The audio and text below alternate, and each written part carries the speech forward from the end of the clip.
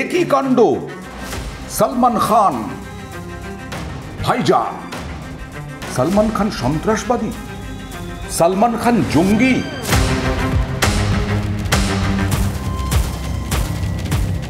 সলমান খান কি সন্ত্রাসবাদের সঙ্গে যুক্ত, জঙ্গির সঙ্গে যুক্ত? পাকিস্তান সন্ত্রাসবাদী আখ্যা দিয়েছে, পাকিস্তান সন্ত্রাসবাদী বলে ঘোষণা করেছে সলমান খানকে। কত বড় আহাম্মক, কত বড় সাহস! নিজেরা গুঁড়িয়ে গেছে ভারতের থেকে, ভারত গুঁড়িয়ে দিয়েছে, তারপরেও ভারতের অন্যতম জনপ্রিয় অভিনেতা।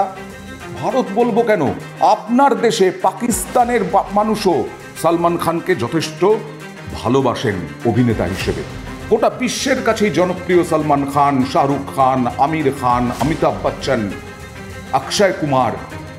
আর তাকে জঙ্গি ঘোষণা করে দিলেন, সন্ত্রাসবাদী ঘোষণা করে দিলেন। কই, মাসুদ আজাহারকে তো আপনারা জঙ্গি বলে ঘোষণা করেন না।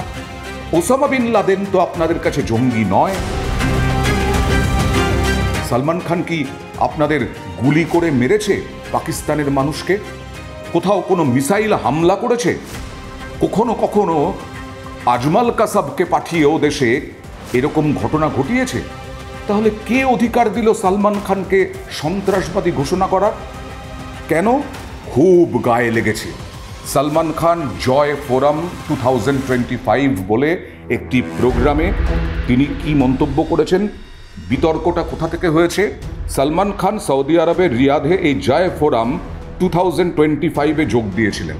সেখানে যোগ দিয়েছিলেন কে? শাহরুখ খান, আমির খান। সলমান খান বলেছেন, এই মুহূর্তে যদি কোনো হিন্দি ফিল্ম তৈরি হয় এবং তা যদি এখানে অর্থাৎ সৌদি আরবে মুক্তি পায়, তেলুগু হোক, মালায়ালি হোক বা হিন্দি, কয়েকশো কোটি টাকা খরচ করে যদি হিন্দি ফিল্ম বানানো হয় বা কোনো ফিল্ম বানানো হয়, তাহলে বিরাট ব্যবসা করবে, কোটি কোটি টাকার ব্যবসা করবে। শুধু সৌদি আরবে নয়, পাকিস্তান, আফগানিস্তান, বালুচিস্তান এসব দেশের মানুষ হামলে পড়ে দেখবেন। এইখানেই বিরাট জ্বলে উঠেছে পাকিস্তান। কেন বালুচিস্তানকে আলাদা রাষ্ট্র হিসেবে বা আলাদা করে বালুচিস্তানের নাম কেন ঘোষণা করলেন? কেন বললেন আলাদা করে বালুচিস্তানের নাম? পাকিস্তানের মধ্যেই তো বালুচিস্তান পড়ে। বিরাট জ্বলে উঠেছেন, বিরাট জ্বলুনি হয়েছে পাকিস্তানের। আর সেখানেই সন্ত্রাসবাদী আখ্যা দিয়ে দেওয়া হলো, সন্ত্রাসবাদী ঘোষণা করে দেওয়া হলো সলমান খানকে। পাকিস্তান ঠেকাতে পারবে কিনা বালুচিস্তানকে আলাদা হতে, এটা নিয়েই প্রশ্ন। পাকিস্তানের সেনাবাহিনী ঢুকতেই পারছে না বালুচিস্তানে। এই নিয়ে যখন প্রশ্ন, এই নিয়ে যখন একেবারে ভয়ঙ্কর রকমের লেজে গোবরে পাকিস্তান, সেই সময় সলমান খানকে সন্ত্রাসবাদী ঘোষণা করলেই বালুচিস্তান পাকিস্তানে ঢুকে যাবে, বালুচিস্তানে বিদ্রোহ বন্ধ হয়ে যাবে।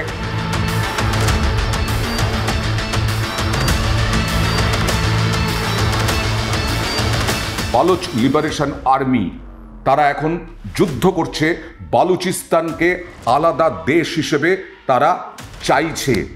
আফগানিস্তান মদদ দিচ্ছে, এরকমটাও খবর আছে বালুচিস্তানের এই বিদ্রোহে।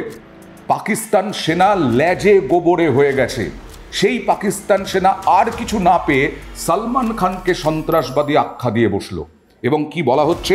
পাকিস্তানের পক্ষ থেকে বলা হচ্ছে যে সন্ত্রাসবাদের মতো, সন্ত্রাসবাদীদের মতো তিনি নাকি বক্তব্য রেখেছেন। পাকিস্তান বলছে সন্ত্রাসবাদীদের মতো বক্তব্য রেখেছেন সলমান খান। ভাবতে পারেন?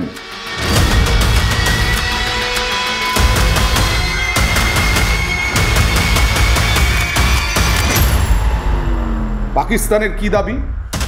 পাকিস্তানের দাবি যে পাকিস্তানের আঞ্চলিক অখণ্ডতা লঙ্ঘন করেছেন সলমান খান।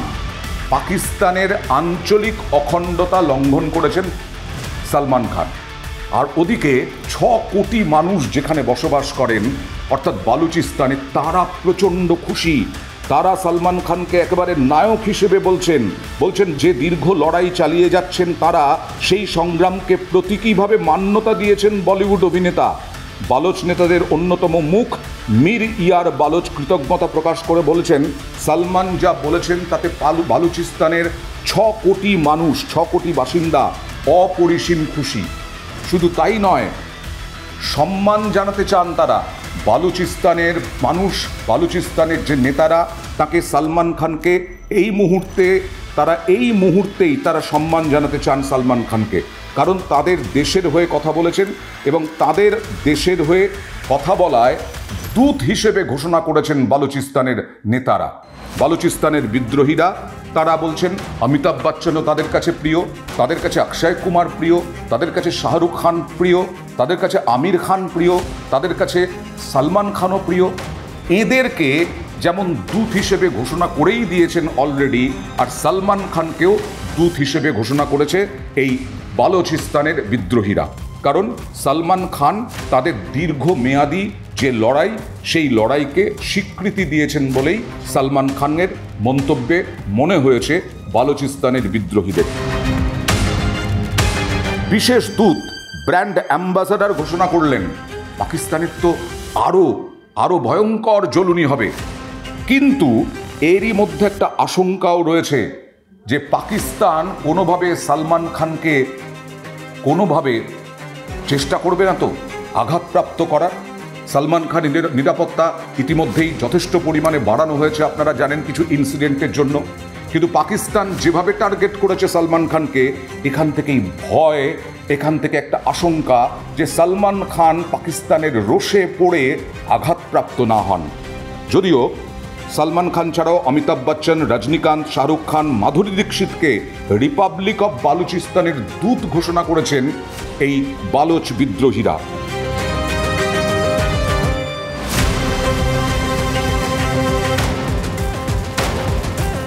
আবার সেই মীর ইয়ার বালোচের প্রসঙ্গ টেনে আনছি। অন্যতম নেতা তিনি বলছেন, বালুচিস্তানের সংস্কৃতির ওপর ওদের প্রভাবের স্বীকৃতি জানাতেই এমন সিদ্ধান্ত। মানে বালুচিস্তানে এই আমাদের ভারতের গর্ব যারা বলিউড অভিনেতা অভিনেত্রী, তাদের ব্যাপক জনপ্রিয়তা এবং ভারতের সঙ্গে ভালো সম্পর্ক গড়তে চান তারা। আফগানিস্তানের সঙ্গে ইতিমধ্যেই ভারতের ভালো সম্পর্ক হয়েছে, তাতে পাকিস্তান অনেকটা সিঁদুরে মেঘ দেখেছে। এবার সালমান খানের এই উক্তি, এই বক্তব্য একটা অংশ খুব বিরক্ত, পাকিস্তানের অংশ খুব বিরক্ত।